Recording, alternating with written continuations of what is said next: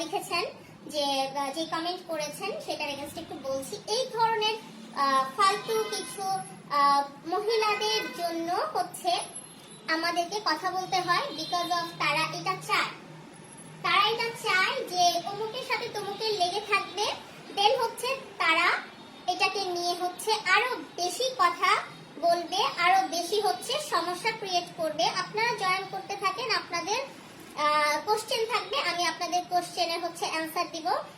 আমি তো কোনো কিছু মিথ্যা বলিনি, সো কোনো সমস্যা নেই, জয়েন করতে থাকেন।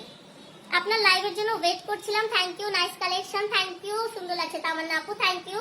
মুক্তাজ আপু হাই, সব ঠিক আছে, থ্যাংক ইউ। হাই জ্যোতি আপু, কেমন আছো? অনেক সুন্দর শাড়িটা, দারুণ একটা শাড়ি আজকে পরেছি আপু।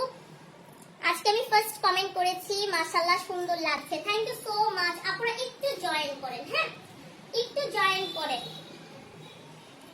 তুমি আখি আপুর বদনাম করো কেন? আপু, নিজের গায়ে কেউ বারবার অ্যাটাক করবে, আপনি একটু হলেও ঘুরে দাঁড়াবেন, এটার মানে কিন্তু বদনাম